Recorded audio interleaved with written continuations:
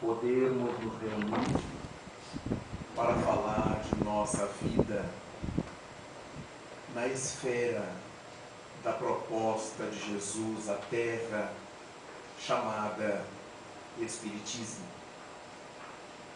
Numa data como esta, quando se evoca o aniversário de uma instituição ainda menina moça, naturalmente nos acodem muitos pensamentos. Muitas reflexões têm lugar em nossa mente. Quando pensamos nessa misericórdia que permitiu que Jesus Cristo nos reunisse, a fim de que juntos auríssemos força, a fim de subirmos essa escarpada montanha da evolução, como propõe o Espírito André Luiz, transpirando bastante e fazendo o possível para não termos que subi-la, transpirando e chorando. Mas quando evocamos o aniversário de uma instituição espírita, nos damos conta de que a grande bandeira de que se valeu Allan Kardec para encimar o grande edifício do Espiritismo é a bandeira da caridade, que, segundo ele, fora da qual não há salvação. E não existe um espírita sequer que não lance mão dessa proposta da caridade por tudo e por nada. Chamamos aos nossos trabalhos mediúnicos de trabalhos de caridade espiritual. Chamamos os nossos labores sociais de atendimento ao público de trabalhos de caridade, de ação da caridade ou simplesmente de caridade. Mas também quando alguém usa de determinadas expressões menos próprias para com outra pessoa, alguém dirá é falta de caridade.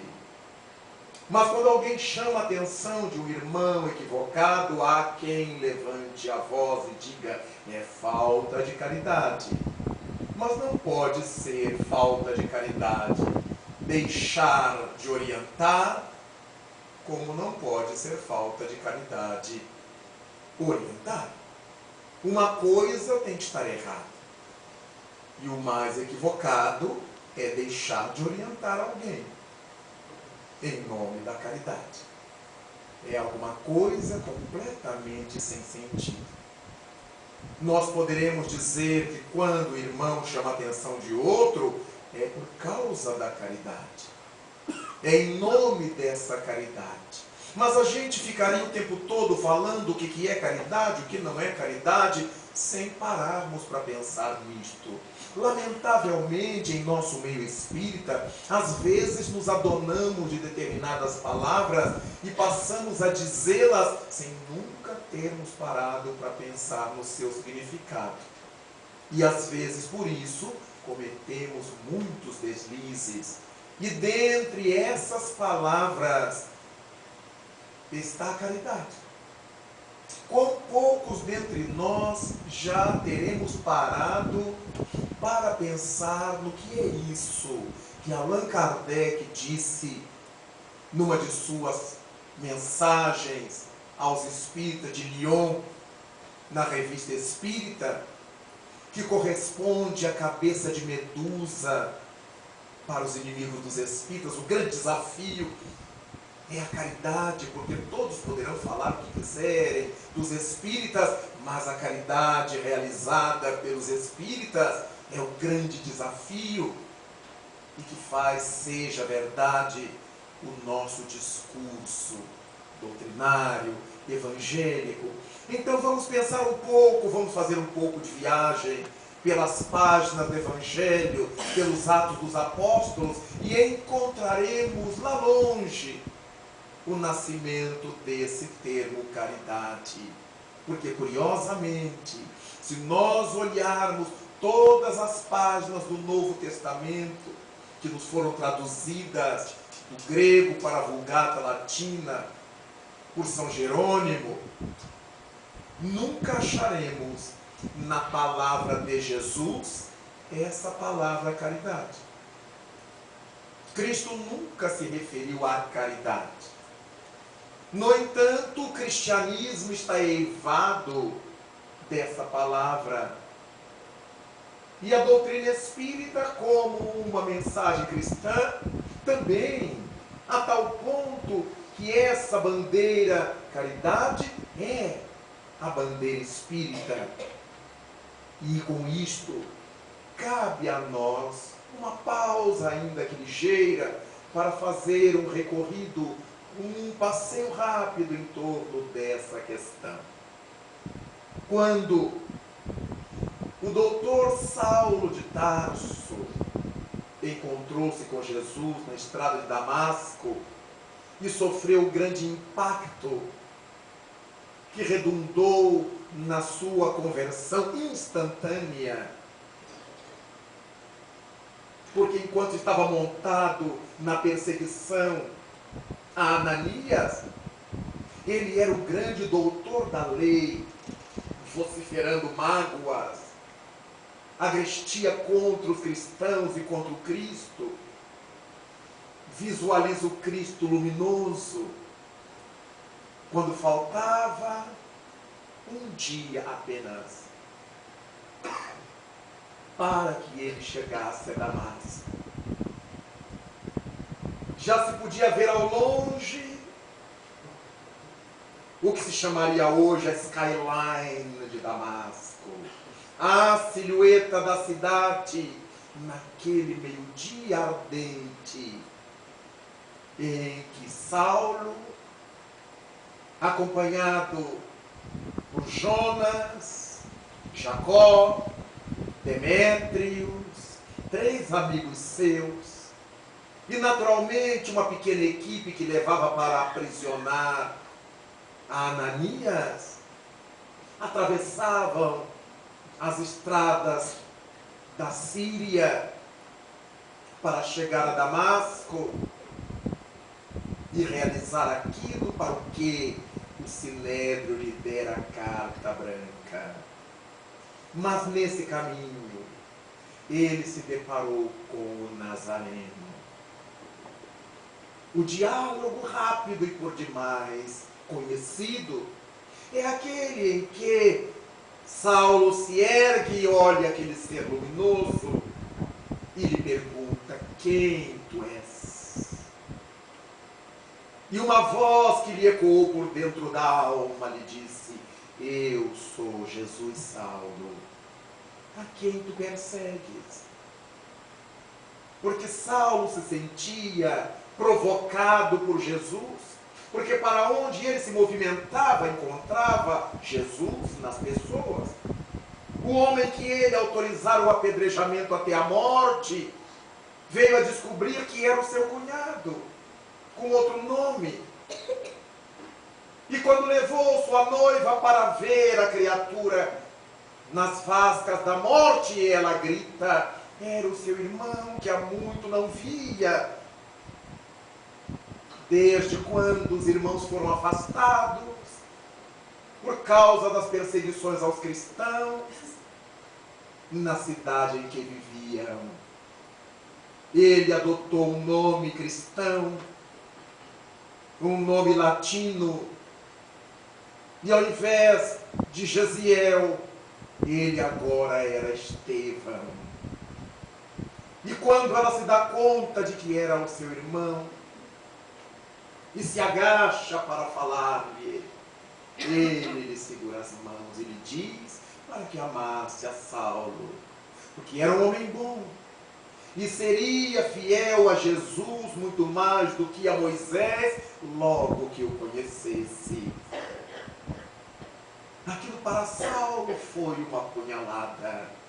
Parecia que era de propósito que o Cristo o fazia, mas logo mais para a sua desdita maior, motivada pelo fato de seu irmão ter entregue a vida por aquela causa, Abigail também se tornou cristã. Por causa de Ananias. Era por isso que Saulo tinha essa aversão a Ananias e queria buscá-lo nos confins de Damasco. Ele que criara a mais nova igreja cristã de então, para levá-lo preso e fechar aquilo que imaginava fosse uma desdita para a sua vida como a igreja cristã. Pois bem, ao levantar-se do chão e ouvir a resposta de que era Jesus, aquele ser que lhe falava, a postura de Saulo foi completamente outra. Senhor, que queres tu que eu faça? Os psicólogos dizem que foi uma conversão instantânea, porque ele, ao cair do animal, era o perseguidor, ao levantar-se do chão, era o servo. Senhor chamou a Jesus. Que queres tu que eu faça? E o mestre lhe orientou para que continuasse a viagem. Fosse até Damasco, porque certamente lá saberia o que fazer. E o mesmo mestre se mostra a Ananias, dizendo da estada daquele homem na cidade que Ananias o fosse procurar. A história é bela, porque Saulo, depois desse diálogo, não consegue mais enxergar. Estava literalmente cego, uma cegueira ocasional, naturalmente proposital, para que ele tivesse motivo de estacionar em Damasco e permitir ao velho Ananias curá-lo daquela cegueira, o que fez Saulo ainda mais marcado pela presença de Jesus. Foi Ananias que lhe deu as primeiras noções do cristianismo. Foi Ananias que lhe presenteou com alguns textos sobre Jesus, escritos em aramaico por Mateus Levi. E Saulo copia, mas os dois primeiros amigos, Jacó e Jonas, diante daquela mudança operada em Saulo, deixaram-no e retornaram. Demétrios retornaria logo depois. Saulo procura Sadoc, seu mais próximo amigo que morava em Damasco. E Sadoc não quer saber dele diante do que os amigos contaram. E ele cego, numa hospedaria. Algum tempo depois, alguém lhe anuncia que havia uma visita. E ele imagina fosse Sadoc, arrependido, e que lhe fora visitar.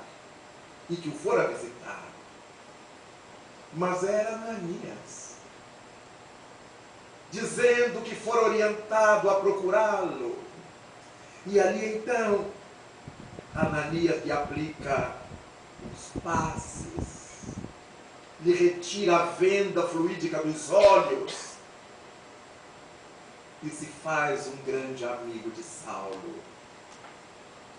Ele vai a Palmira, onde vivia seu velho preceptor, seu velho mestre Gamaliel. Depois de aposentado no Sinédrio, foi viver em Palmira em companhia de um irmão, a quem Paulo tinha como um grande mestre, um pai espiritual, simpático à causa cristã. E ao dialogar com Gamaliel, Gamaliel lhe orienta a sedimentar a sua convicção, para saber se era aquilo mesmo que ele desejava, acompanhar a Jesus. Saulo aceita a proposta e passa 3 anos de sua vida nos desertos de Palmira, habitando o oásis de Dan e ganhando a vida como guia de caravaneiros, como tratador de camelos e confeccionando tendas que ele sabia fazer muito bem. 3 anos depois ele estava convicto. Volta a Jerusalém, procura a casa do caminho, da qual ele antes fora um perseguidor, um grande antipático da obra. E naturalmente os discípulos o recebem, liderados por Simão Pedro, com desconfiança. Era natural. Até que o tempo, a convivência os fez perceber que Saulo era outra pessoa. Curiosamente, às instâncias de Pedro, Saulo adotou um nome latino, como quem quisesse deixar para trás o passado. Mais curioso é que o sentido grego de Saulo é o orgulhoso, aquele a quem se tem que rogar, aquele ao qual se tem que pedir. E ao trocar para Paulo, o termo Paulo em latim tem o valor de o pequeno, o humilde, o simples. Esse termo adentrou na nossa língua como um advérbio, de modo, dizemos que fazemos isso ou aquilo paulatinamente, aos poucos. Então, Saulo se converte em Paulo e começa a participar dos labores da Casa do Caminho, fundada por Simão Pedro, em homenagem a Jesus. A Casa do Caminho era um lugar curioso, porque tinha sua praça central, onde todas as portas apareciam ali. Todas as portas se dirigiam para essa praça, dos quartos, dos aposentos. Era como um jardim interno, onde as pessoas recreavam, conversavam. E a obra, então, toda vedada, tinha as janelas para os jardins internos e as portas. Então Paulo, convivendo com aquela realidade que Pedro alojou na Casa do Caminho, crianças órfãs, velhos abandonados, viúvas pobres sem arrimo, e antigas mulheres que tinham sido meretrizes e que a sociedade não lhes deixava mudar de vida, elas acharam apoio, respaldo em Simão Pedro. Então era uma obra muito ampla, de tipos humanos. E Pedro saía todas as manhãs para buscar recursos, pedir alimentos, roupas, remédios, dinheiro. E voltava no final do dia extenuado, já não era um jovem, e caminhava a pé. E Saulo, agora Paulo, se deu conta de que havia alguma coisa equivocada, porque Pedro, que convivera com Jesus, não tinha tempo de pregar o Evangelho, de falar de Jesus, que para Paulo seria o mais importante. E Pedro argumentava que não conseguia pelo cansaço. Como teria que começar tudo de novo no dia seguinte, precisava descansar quando chegasse. Não tinha tempo de reunir os filhos do Calvário para falar-lhes de Jesus. Então, Paulo lhe deu uma ideia, ele fez uma proposta para diminuir a necessidade de ir à rua buscar recursos. Ele, Paulo, ensinaria aquelas pessoas que quisessem a sua própria profissão. Os jovens no sinédrio eram levados a aprender uma profissão, todos os moços. E Paulo aprendera a tecelagem. Ele era tecelão. Então, Paulo era do tipo de pessoas que gostam sim de dar ideias, mas se envolvem na ideia, participam. bem diferente do que nós conhecemos. Quanta gente que chega nas casas espíritas, por exemplo, e diz assim: vocês podiam pintar essa parede verde, se eu fosse vocês pintavam, se eu fosse vocês botavam essa lâmpada, se eu fosse vocês, como eles não são a gente e não fazem nada. Eles só fariam se fosse a gente. E vão embora e nos deixam com a cabeça cheia, bem que podia pintar de verde, bem que podia trocar. E elas dão ideias, são excelentes doadoras de ideias, mas nunca de mãos, nunca de braços. Então Paulo fez diferente. Fez a proposta e se ofereceu para trabalhar. E foram tantas as pessoas que quiseram aprender a tecer a lã de ovelha, da lhama, as palmas, as palhas das palmeiras, e tudo quanto era fio que lhes aparecia ao contato servia para manufaturar. E com isso diminuía a necessidade de Pedro buscar recursos, porque aquele material trabalhado era vendido.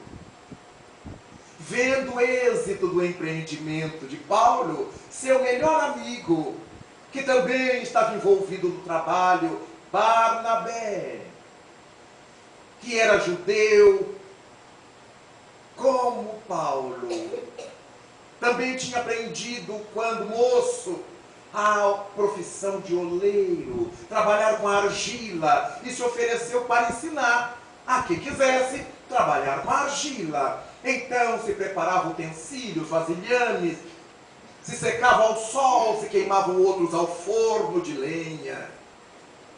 E aquele produto vendido diminuiu ainda mais a necessidade de Pedro sair para buscar recursos. Então, por causa disto, todas as tardes, Pedro reunia o seu plantel de assistidos para falar-lhes de Jesus.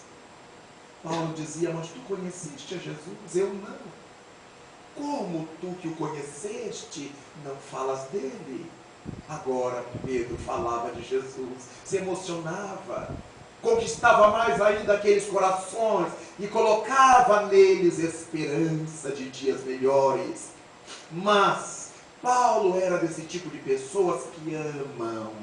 E a pessoa que ama nunca se conforma em amar pouco. Toda pessoa que ama quer amar muito. Alguém que gosta de flor, planta uma flor num canteiro, dali a pouco ela tem um jardim imenso, porque todas as mudas que ganha, ela vai plantando, e ela vai aumentando, e ela faz mais mudas, e ela vai fazendo jardins, porque ela ama flores. Quem gosta de bichos, acha um cão vira-lata na rua, perdido, doente, leva para casa, e trata, e atende o gato, e cuida do periquito com o pé quebrado, e dali a pouco está com um canil, porque vai juntando. A criatura adota uma criança por não poder vê-la ao desabrigo, e dali a pouco tem uma creche, tem um lar de órfãos, porque quem ama é assim, nunca consegue amar pouco. Então, depois que Pedro começou a falar de Jesus para os internos, e Paulo avaliou a situação da casa do caminho, ele então propôs a Pedro que precisava contatar os benfeitores da casa do caminho. Pedro tinha muitos benfeitores, pessoas que iam lhe dando as coisas que ele levava a cada dia. Mas havia uma coisa que incomodava Paulo, e que nos incomoda até hoje. Há muitos corações bondosos que são capazes de preencher um cheque e nos dar, de mandar um caminhão de gêneros ou de material de obra, de construção. Eles fazem isto, mas são incapazes de vir ver a obra que estão ajudando, visitar as pessoas que estão ajudando. Então, Paulo com Pedro saiu visitando essas pessoas, eles fazendo uma proposta. Agradeciam-lhes por tudo que tinham feito e continuavam a fazer pela casa do caminho, mas os convidava a um amor dinâmico, para que se levantassem um pouco e fossem lá visitar a obra, Todas as vezes que o benfeitor visita o beneficiado, se valoriza e valoriza o beneficiado. O beneficiado tem ensejo de lhe agradecer, de identificar seu benfeitor. E quando o benfeitor visita a obra que ajuda, pode mudar a doação. Muitas vezes, quando a gente conhece a obra por nós ajudada, a gente se dá conta de que a nossa ajuda não é suficiente. Ou a gente se apercebe de que poderíamos colaborar de uma outra maneira. Aquele povo precisa de outras coisas que a gente pode dar e não sabia que poderia dar. Então, Paulo fazia essa proposta de um amor que não fosse ancilosado, que não fosse paralítico, um amor dinâmico, um amor ativo, um amor em movimento. Até hoje nós somos assim, a gente ama sentadinho. Esse mundo precisa de amor. Que violência nesse mundo, parece que o mundo é lá fora. Parece que a gente não faz parte dele. Ah, esse povo que falta no mundo é amor. Mas a gente briga com o marido, briga com a mulher, bate nas crianças, briga com os irmãos, briga no emprego. Então quem é que tem que amar? Se a gente se isenta disto. Quem é que faz parte da sociedade? Se falamos dela sentado no nosso divã, como se a sociedade estivesse atrás da televisão. Esse mundo está muito violento. Qual é o mundo que está violento? É o mundo lá de fora ou o mundo cá de dentro que alimenta o mundo lá de fora? É necessário então fazer essa pausa. E Paulo propunha aos benfeitores da Casa do Caminho esse amor ativo, esse amor dinâmico.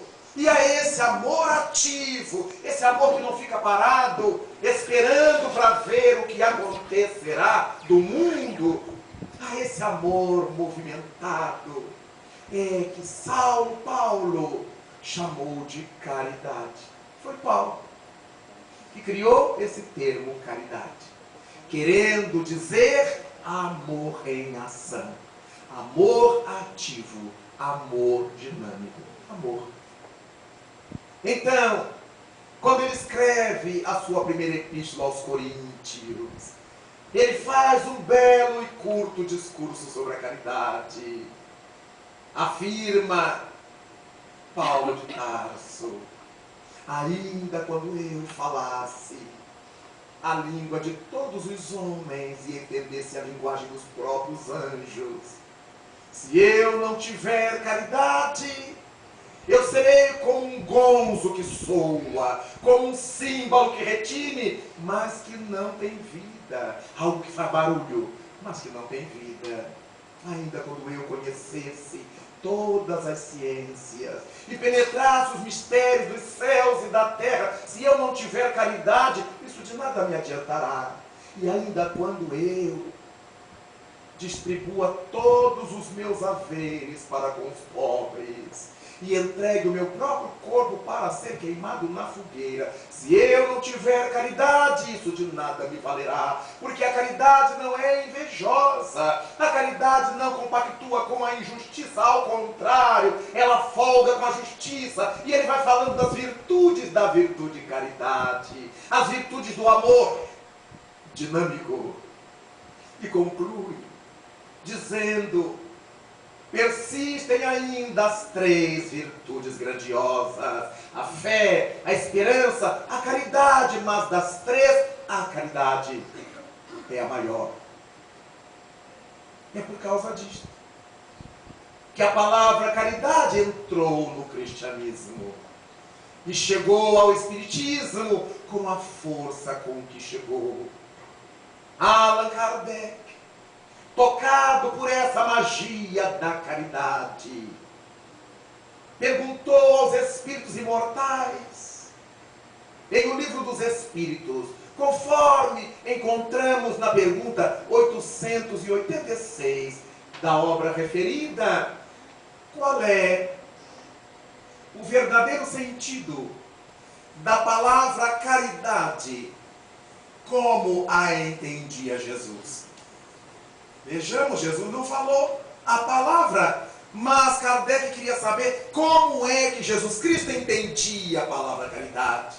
E os imortais respondem-lhe, sem corrigir a pergunta: benevolência para com todos.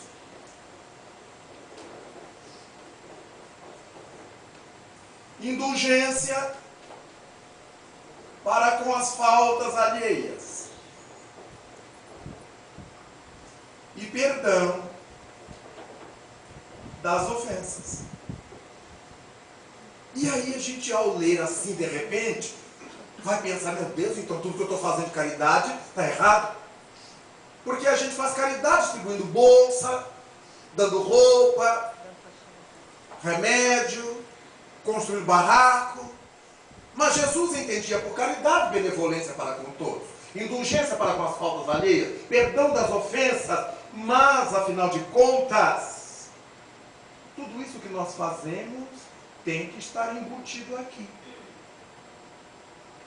Bastará que nós paremos para perceber o sentido dessas palavras, a semântica dessas palavras, o que é que elas querem dizer na sua origem semântica. Então, nós verificaremos que benevolência nasce do latim, formado por dois termos, bene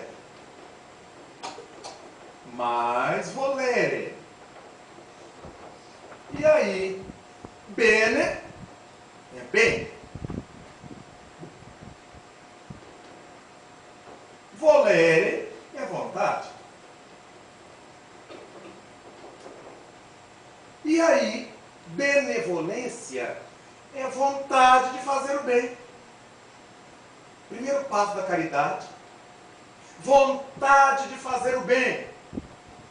Para com todos, disse a resposta dos Espíritos.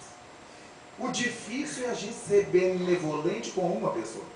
Imaginemos ter que ser benevolente para com todos. No entanto, começamos a compreender que essa vontade de fazer o bem tem que estar associada à necessidade que as pessoas nos apresentam. E para cada uma pessoa à nossa volta, eu preciso ter vontade de fazer o bem. Porque é benevolência para com todos. E como é que eu vou fazer o bem para todo mundo? Vou dar comida a todo mundo? Vou dar roupa a todo mundo? Vou levar todo mundo para o médico? Vou fazer discurso para todo mundo? Como é que vai ser? Depende da necessidade do indivíduo. Se chegar alguém com fome perto de nós, qual é a vontade que eu vou ter para atender essa pessoa? Que bem que eu vou querer fazer essa pessoa? Se está com fome, eu quererei lhe dar comida. Mas se essa pessoa estiver tiritando ao frio, estiver desnuda, rasgada, maltrapilha, eu terei vontade de vestida, dar uma peça de roupa. Mas se essa pessoa estiver sofrida, com dores da alma, eu terei vontade de sentar com ela, conversar, ouvir as suas angústias. Mas se chegar alguém doente, eu terei vontade de levá-lo ao tratamento, a um posto de saúde. Se for de minha alçada, tratá-la, atendê-la.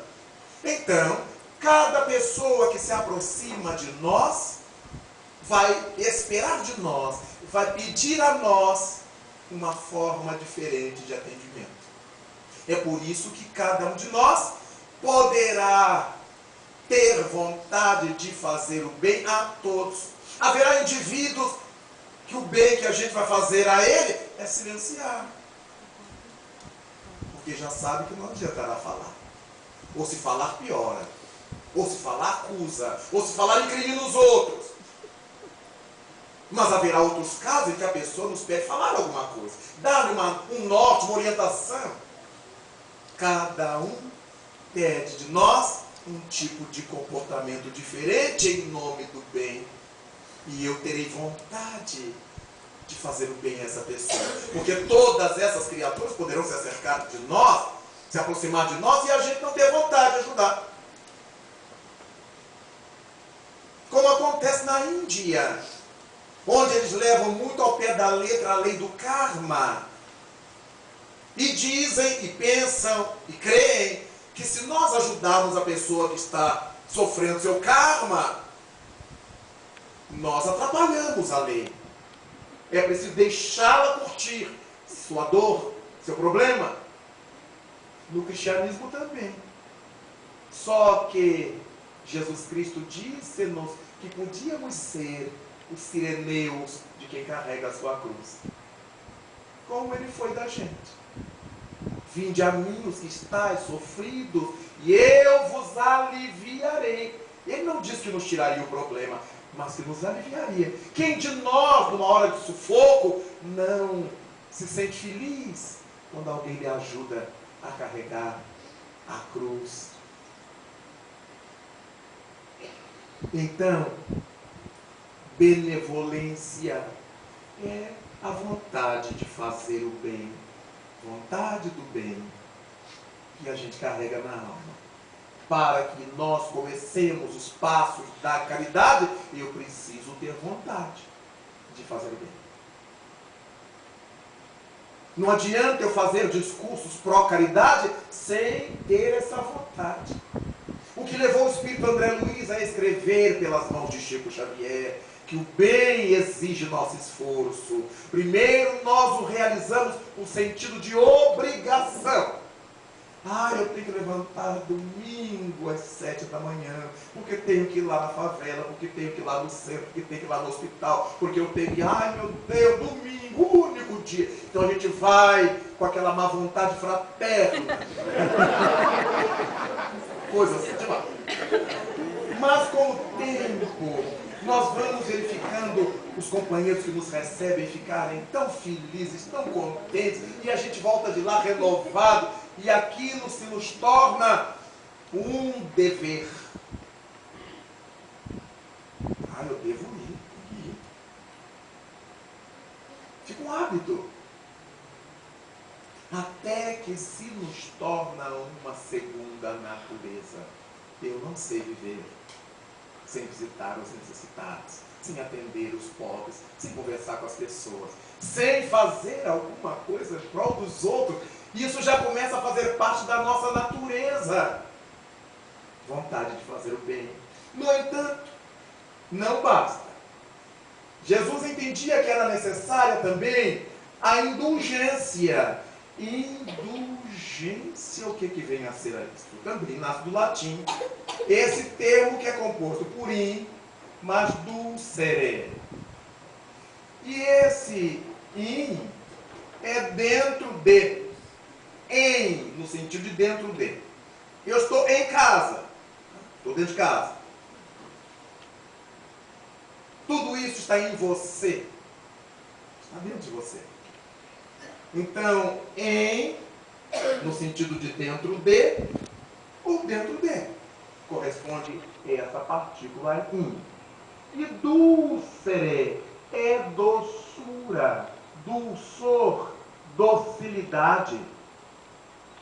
O segundo passo para a caridade, eu preciso ter doçura por dentro.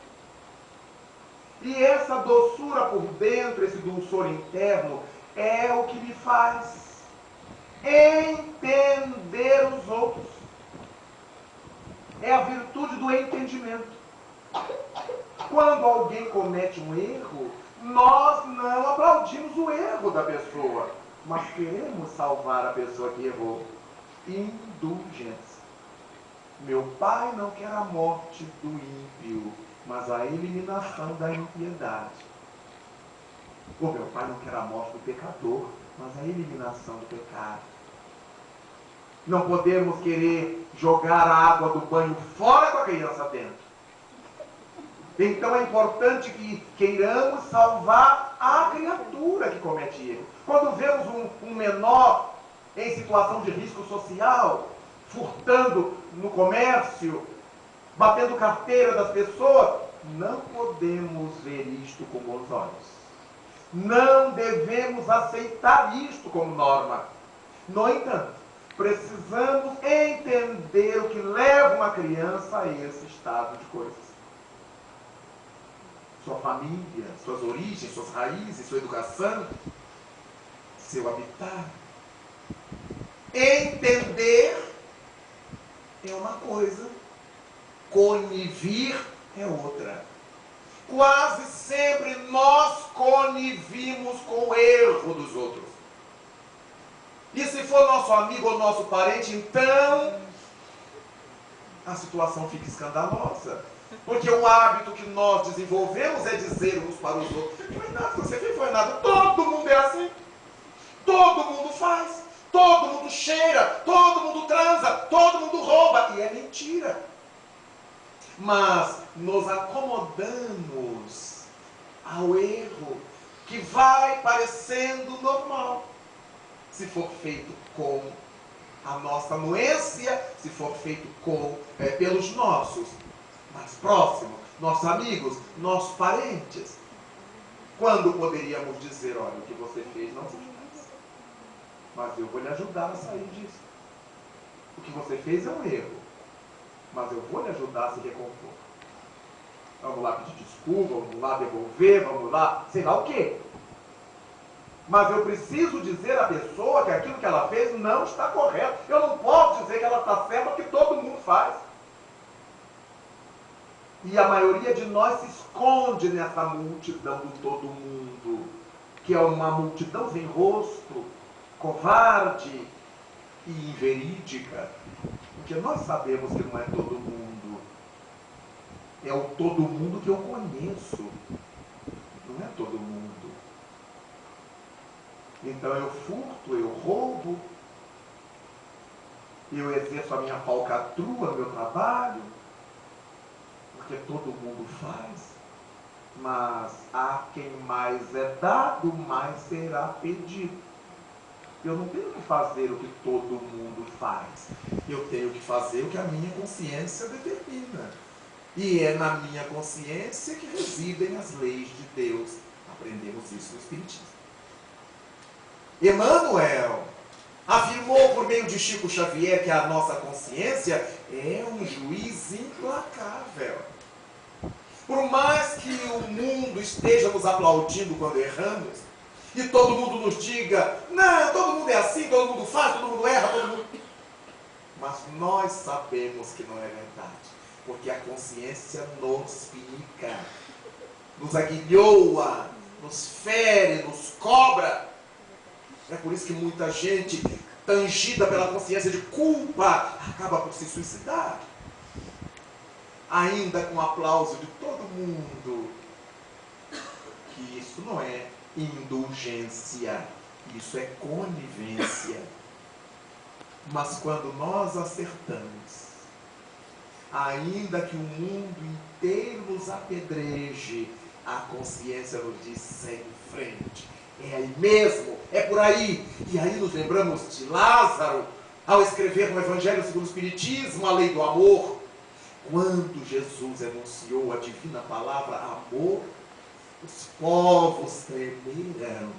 E os mártires, embriagados de esperança, desceram ao circo. A consciência que ele dizia, é Jesus, modelo, guia, vida para a humanidade.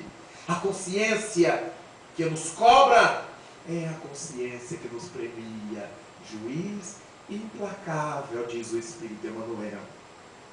Então, os passos iniciais para que exerçamos a caridade serão a benevolência para com todos, a vontade de fazer o bem, a indulgência para com as faltas alheias,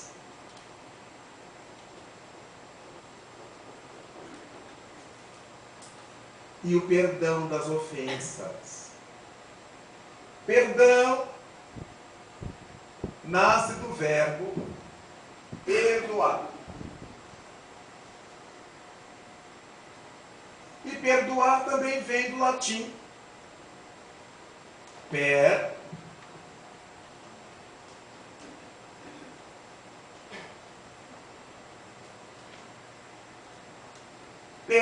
mas donare.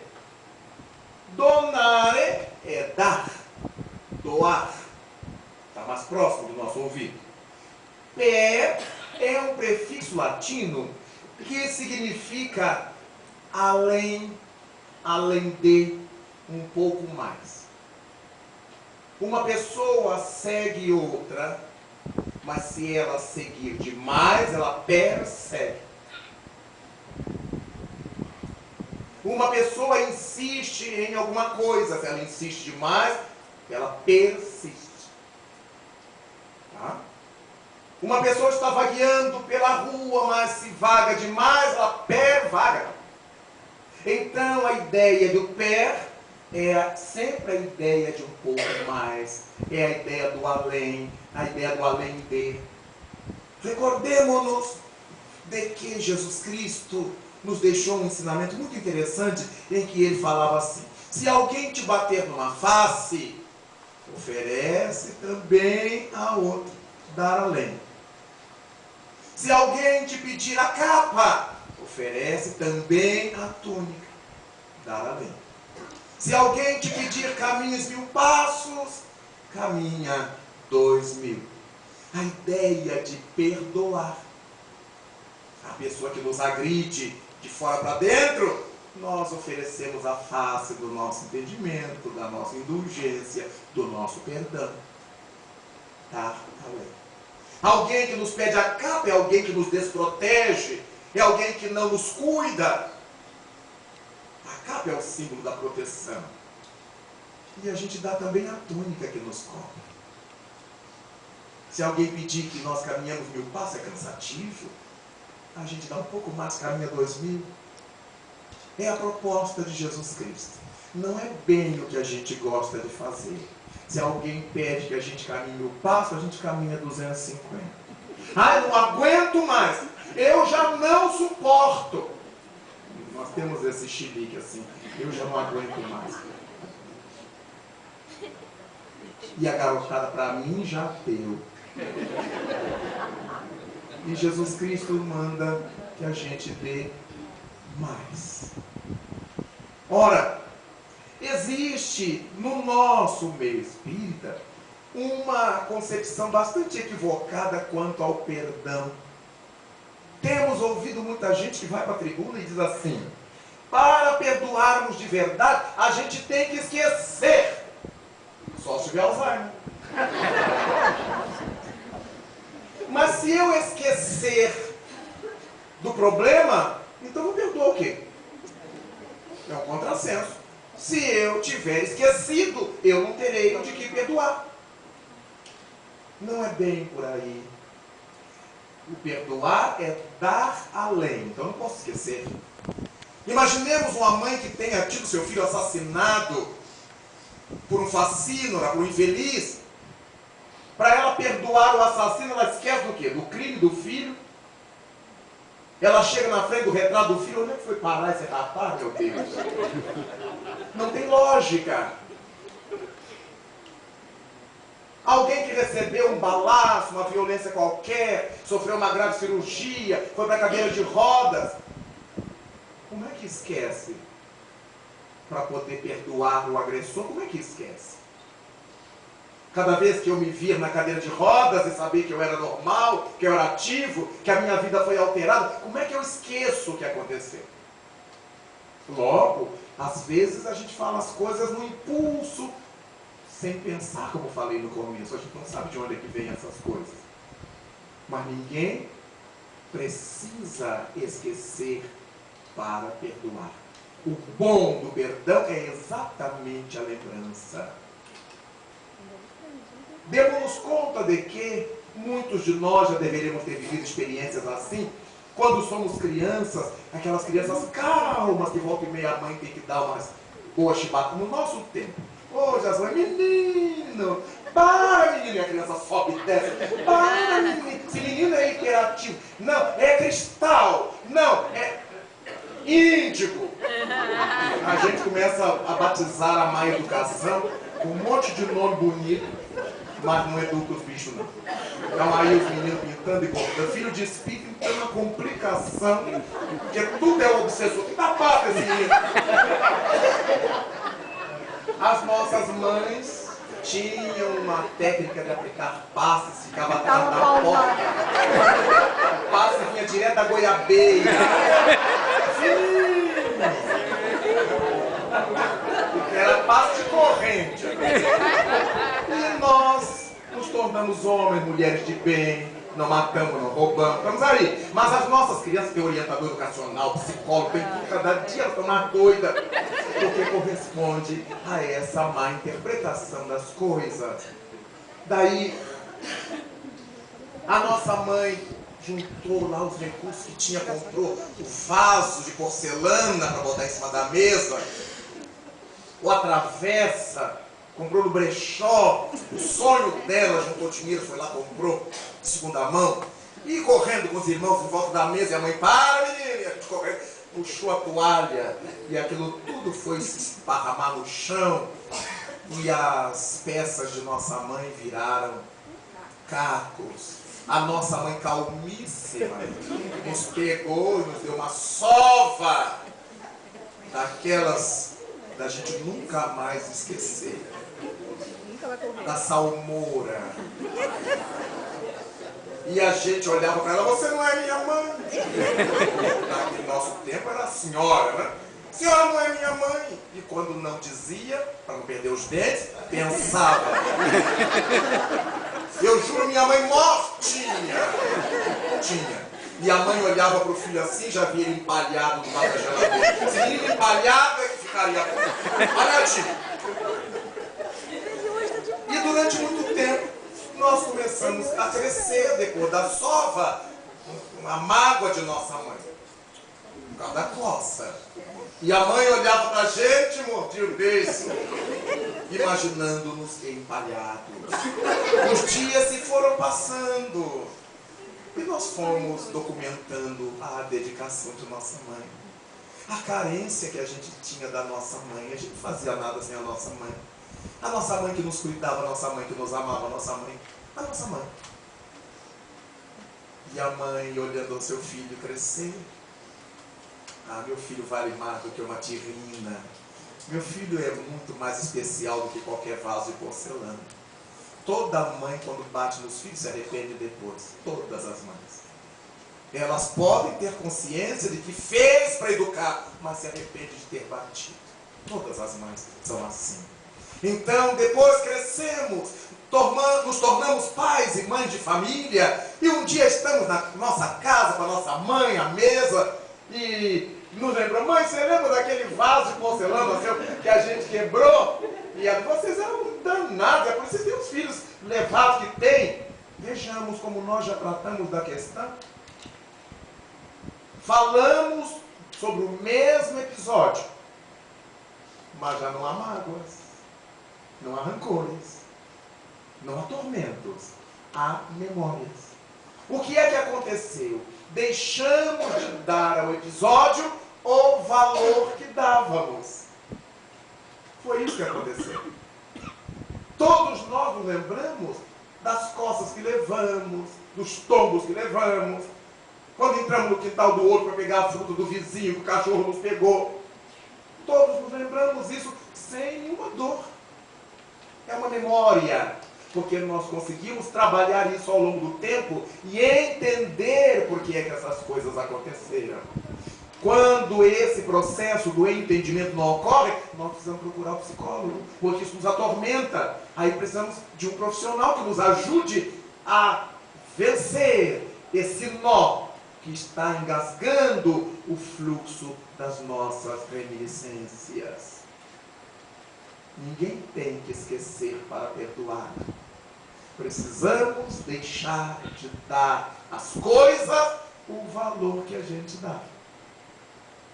Aquela mãe que teve o filho assassinado, logo nos primeiros tempos, ela amargava, áspera, desejo de vingança contra o criminoso. Tinha que existir pena de morte, tinha que existir prisão perpétua. E o tempo foi passando. E ela começou a pensar no seu filho. E continuou a pensar no seu filho. E a pensar no quanto ela estava sofrendo pela morte de seu filho. E há um clarão nessa reflexão. Se eu, a mãe do morto, estou sofrendo, como não estará a mãe do criminoso? Porque todas as mães se culpam pelos erros dos filhos. Parece que foi um erro delas. Parece que todo mundo olha aquele filho equivocado. Sua mãe não lhe deu educação? É essa a pergunta que eclode na mente de todas as mães. Então começa a mãe do filho morto a pensar na mãe do criminoso. Como não estará sofrendo essa criatura? Porque eu estou chorando porque meu filho foi a vítima, pelo menos nessa encarnação. Mas e ela? Será sempre a mãe do criminoso. As pessoas têm pena de mim, que sou a mãe da vítima, mas não dão a mínima importância para a mãe do algoz. Essa mãe do filho morto começará a ter seus sentimentos modificados pela indulgência, pela benevolência. E é daí que nasce o perdão. Quando eu consigo ter vontade de fazer o bem, e quando eu consigo compreender o que leva uma pessoa a matar outra, não pode estar bem.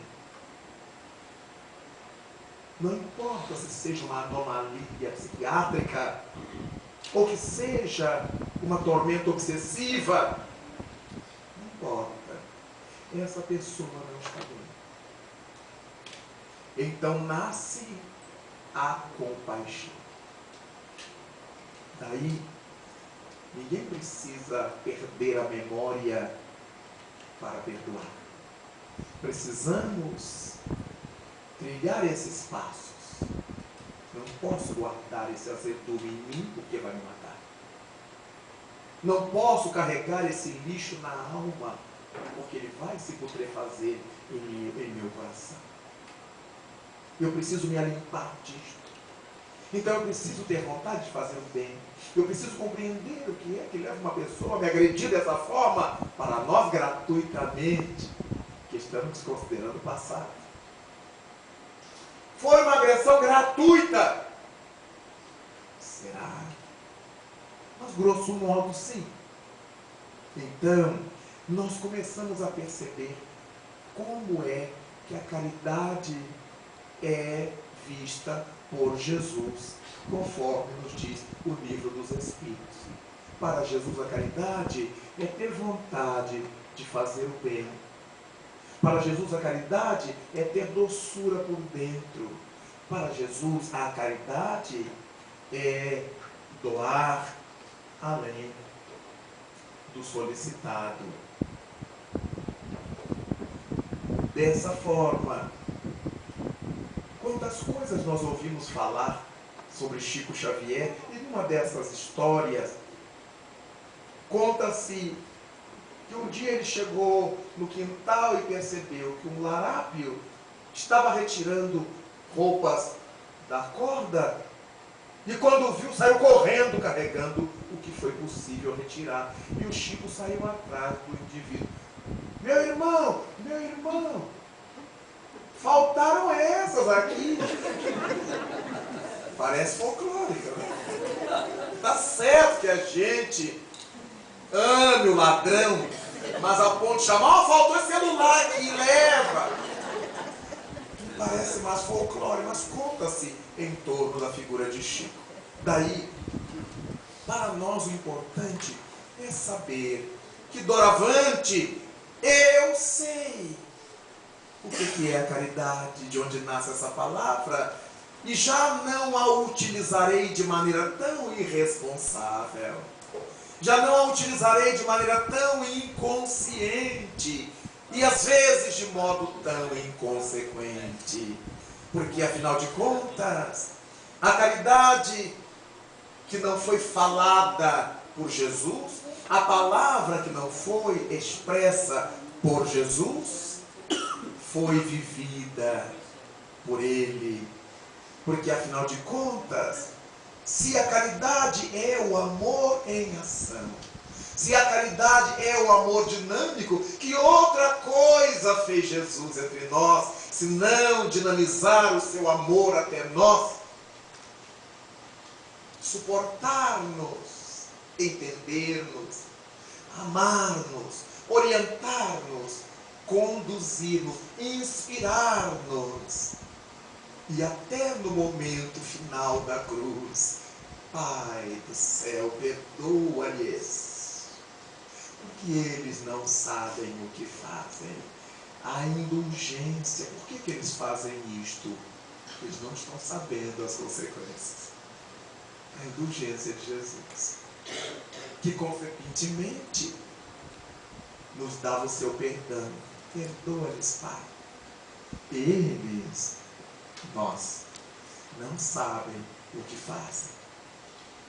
Então, nós agora compreendemos Allan Kardec ao dizer que fora da caridade não há salvação. Esse autoencontro que a gente aprendeu a chamar de salvação, esse autoconhecimento que a gente aprendeu a chamar de salvação. Porque se a caridade é o amor dinâmico, é o amor na sua expressão mais alta. Se João Evangelista assevera que Deus é amor, só pode ser o amor dinâmico. Jamais imaginamos o Criador paralisado, ansilosado, com esse universo dinâmico, desde as entranhas mais microscópicas, desde as entranhas mais nanográficas, até as constelações mais agigantadas, as nebulosas, os berços de nebulosas, a dinâmica do amor de Deus. É Deus a expressão maior do amor. É Deus a expressão maior da caridade. É por isso que, fora da caridade, que é fora do amor dinâmico, que é fora de Deus, nós não nos completamos. Nós não somos felizes. Nós não nos nutrimos. Nós não nos salvamos. É daí que a doutrina dos Espíritos vibra com a caridade. E Allan Kardec dedicou um capítulo inteiro de O Evangelho segundo o Espiritismo, o capítulo 15, para estudar essa expressão notável. Fora da caridade não há salvação.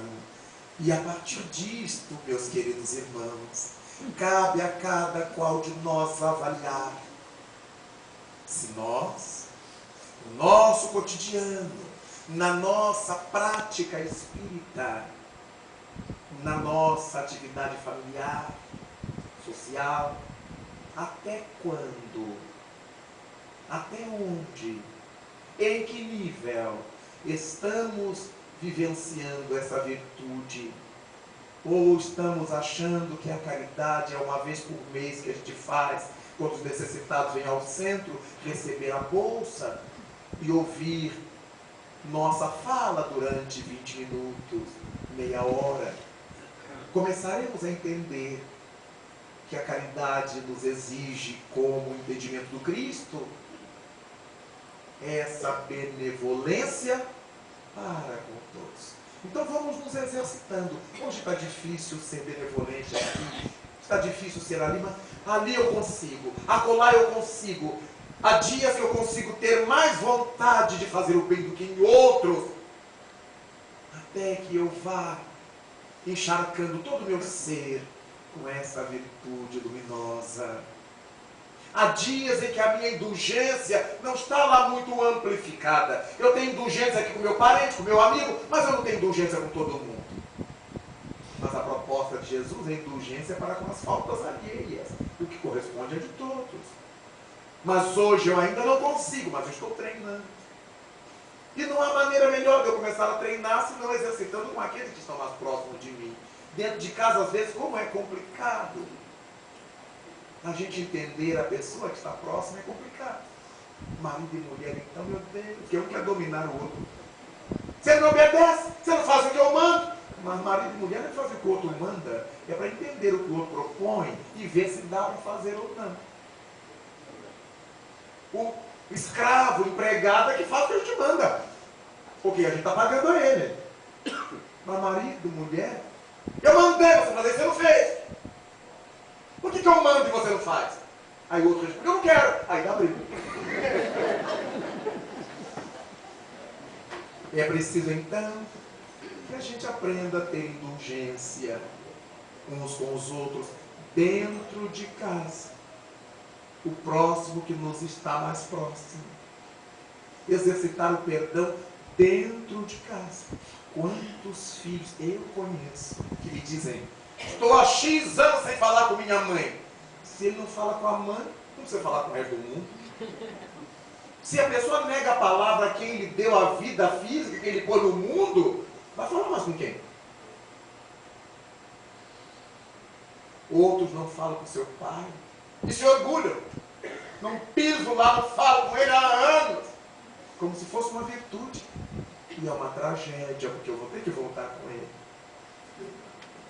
Para falar tudo que eu não falei. Ele vem autista e eu querer falar tudo, sem que ele me possa entender. Irmãos que não falam com os irmãos. Inimigos viscerais, inimigos fidagais, dentro do lar. Lemos nos jornais, vemos na televisão, pais que matam os filhos quando esses não conseguem largar o álcool, sair da droga, numa cena de violência, de pugilato doméstico, o pai mata o filho. Filhos matam pais por causa de herança, por causa da droga. Irmãos se entrematam. Logo, essa virtude da caridade não é para a gente realizar com o universo inteiro. É para realizar nessa micro-humanidade em que Jesus nos situou, chamada família. Começar aí. Para que depois eu possa viver no mundo mais amplo com esse know-how, com essa experiência adquirida nos seios da minha família. Quantas vezes nos centros espíritas achamos gente, bastante gente, que cuida dos filhos dos outros com esmero, que se abraça, irmão, irmã, paz do Senhor, paz e alegria, que assim seja, mas vai chegando perto de casa, vai virando a tromba, vai ficando duro o coração. O nosso próximo mais próximo. Aquele a quem nós devemos tanta coisa. A mãe que serve-nos de empregada doméstica de graça. O pai, aquele que nunca nos abraçou, nunca nos beijou, mas nunca nos deixou faltar nada. Trabalhou como um cavalo. E hoje eu me dou o direito de negar-lhe a palavra, porque ele é grosseiro, porque ele é áspero, porque ele é isso, e eu sou refinado, porque... Mas o que eu tenho foi ele que me ajudou a ter. É por isso, então, que a caridade brilha em nossas mentes. E nos cabe pensar, queridos, na sua magia na vida das criaturas, na nossa vida. Se olharmos quantos deslizes cometemos, quantos erros cometemos, e como gostamos que as pessoas nos entendam, sejam indulgentes conosco. Como gostamos que as pessoas nos perdoem. Como gostamos que as pessoas sejam bondosas conosco. Tudo aquilo que queremos que os outros nos façam para o bem, é o que a gente deve fazer para os outros, para o bem. 17 anos. A casa espírita é ainda uma menina moça. Mas nesse período, nessa adolescência, tem se esforçado para nos fazer entender as propostas felizes do Espiritismo. A mensagem mirífica da lousa, diria o poeta. O ensinamento do Cristo, repaginado pelos Espíritos do Senhor. Os ensinamentos da vida mais alta, traduzidos para o nosso entendimento. Viemos falar claro, assinalou o Espírito de verdade, de modo a não deixar equívocos e para que ninguém possa pretextar ignorância. Responderam no item 627 do Livro dos Espíritos, para justificar a razão porque depois de Jesus Cristo ainda houve necessidade do ensino dos Espíritos. Viemos falar claro, porque o Mestre falou sobre forma parabólica, e muita gente alegou não ter entendido a história, não ter compreendido a parábola. Viemos, pois, falar claro, de modo a não deixar equívocos, e para que todos possam avaliar com a razão, sem pretextar ignorância. Viemos dobrar o orgulhoso e o vaidoso. Desse modo, eis o Espiritismo trabalhando as nossas entranhas. É muito bom ser educado por fora, é muito bom ser gentil com as pessoas, é um esforço. Mas isso valerá muito pouco se for apenas uma máscara. Na medida em que usamos essa máscara, vamos trabalhando para que essa máscara crie raízes lá na profundidade do nosso ser. Por enquanto fazemos esforços por ser gentis, mas vamos trabalhar para que essa gentileza crie raízes em nossa verdade espiritual, em nossa realidade íntima. Fazemos esforço para ser educado, mas vamos trabalhar para que essa educação crie raízes em nossa intimidade. Somos mansos, de acordo com a conveniência social. Trabalhemos para que essa mansuetude deite raízes em nosso território íntimo. É assim, queridos, que nós começaremos a trazer Jesus para o nosso ambiente, para a nossa vida, para a nossa intimidade. E conforme alegou Maria Dolores, pelo lápis saudoso de Chico Xavier, onde estiver Jesus, alma querida e boa, ilusão, erro, falhas apareçam embora, e ainda mesmo que o mal em torno de nós desarvora, quanto a ti esclarece, ilumina, ampara, aperfeiçoa. Onde estiver Jesus, nada se diz à toa, porque o engano pede luz onde a verdade mora, e a caridade, ora, ora, alteia-se mais bela, e em toda parte o trabalho abençoa. Onde estiver Jesus, mesmo quando te vejas humilhado ou sozinho, nas desfigurações, nas angústias do caminho, inflama-te de amor. Amor, que em todo tempo, em todo lugar, é sol ardente, é sol fecundo. Onde estiver Jesus, eis que o Mestre espera de ti a bondade, o perdão, a renovação, a caridade, a paz, a fé sincera, para a glória da vida e para a redenção do nosso mundo. Muito obrigado, Senhor. Muito obrigado, senhores.